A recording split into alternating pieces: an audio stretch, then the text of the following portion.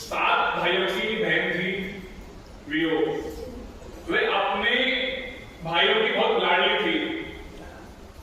उसकी शादी होने के बाद जब पहला करवा चौथ का व्रत आया तो वीरो अपने मायके आ गई अपनी भाइयों के साथ व्रत रखने के लिए।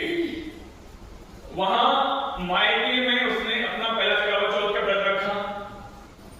जब शाम का समय हो गया तो उसके भाइयों ने कहा कि हमारी बहन सुबह से भूखी प्यासी है। भाइयों ने दूर जंगल में जाकर आग लगा दी और चंद्रमा जैसी रोशनी कर दी।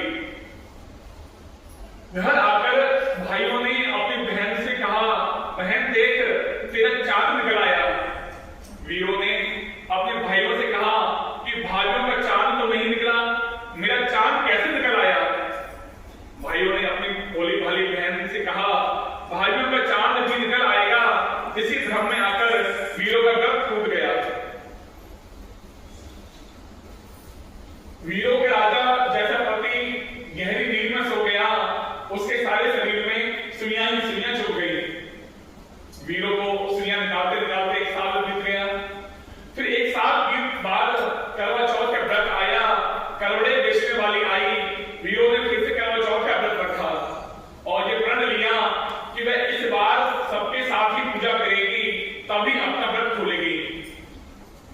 वीरों अपनी दासी को राजा के पास छोड़कर करवड़ा लेने जाती है तो दासी राजा के शरीर में चुभी आखिरी सुई भी निकाल देती है। राजा को होश आ जाता है और वह दासी को रानी और रानी को दासी समझने लगता है।